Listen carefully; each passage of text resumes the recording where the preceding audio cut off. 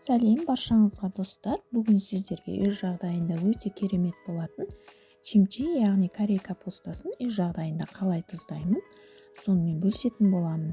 Әркім әрқалай жасайды. Мен өзім көп жылдардан бері дәл осы әдіспен капустаны тұздаймын. Өте керемет болып шығады. Сіздерге де осылай жасауға кеңес беремін. Алдымен капустамызды жақсылап жуып аламыз. Одан соң бір қабатын алып тастаңыздар. Дәл осылай екі бөлікке бөліп алдым. Осылай бөлік болған соң 4 бөлікке бөлсеңіз де болады. Мен осылай екі бөлікке бөліп алдым. Капустаның осындай артық жерлерін кесіп тастаңыздар.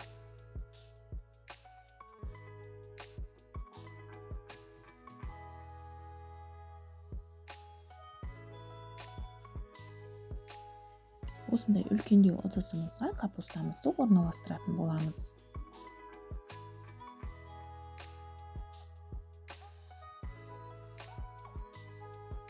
Одан соң 2 литр салқын суымызға 6 ас қасық толтырып, тұзымызды салып, жақсылап ерігенше араластыратын боламыз.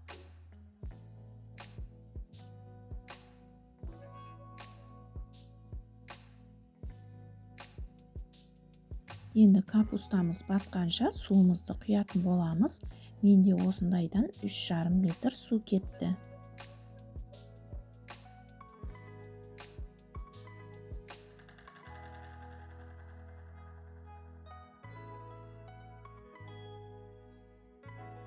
Енді бетін осылай жауып, үстіне ауыр зат қойып, 2-3 күнге салқын жерге қоятын боламыз.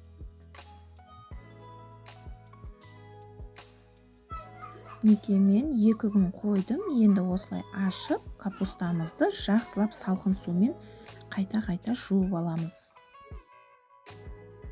Капуста дәл осылай видеодағыдай жұмсаруы тиіс.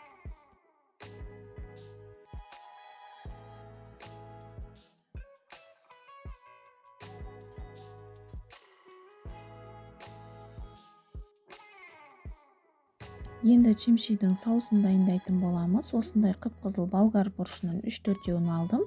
5-6 бас чеснок, 3-4 дана ащы бұрыш салатын боламыз.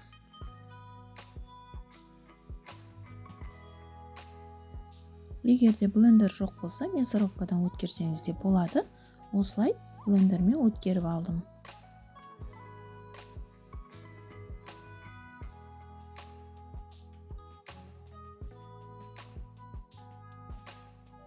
Осы жерде мен бір ас қасық толтырып тұз салдым. Видеоға түспей қалған екен. Одан соң жарты қасық кориандр бұрышын салып, жақсылап араластырамыз. Мінекей соусымыз дайын болды. Енді капустамызды осылай тарелкаға алып, араларына бәріне жағып шығатын боламыз. Мен бұл жерде әрқайсысының бетіне қасықпен жағып шықтым. Егер де қолыңызбен жағатын болсаңыздар, міндетті түрде перчатка киюіміз қажет.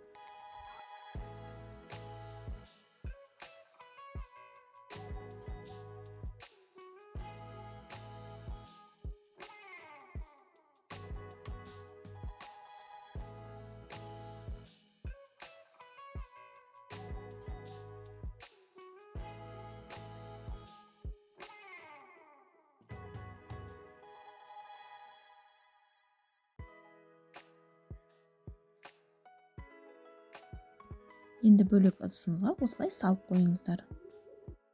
Егер де чимчиға су қажет болса, азғана су құйсаңыздар болады. Мен осындай жарты литр су құйдым.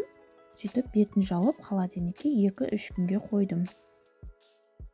Менде 3 күннен соң чимчиім осындай әдемі болып дайын болды. Осылай турап қойсаңыздар болады. Егер рецепт ұнаса, каналыма тіркеліп, лайк басып, комментарийға шынайы пікірлеріңізді жазуды ұмытпаңыздар. Назарларыңызға рахмет.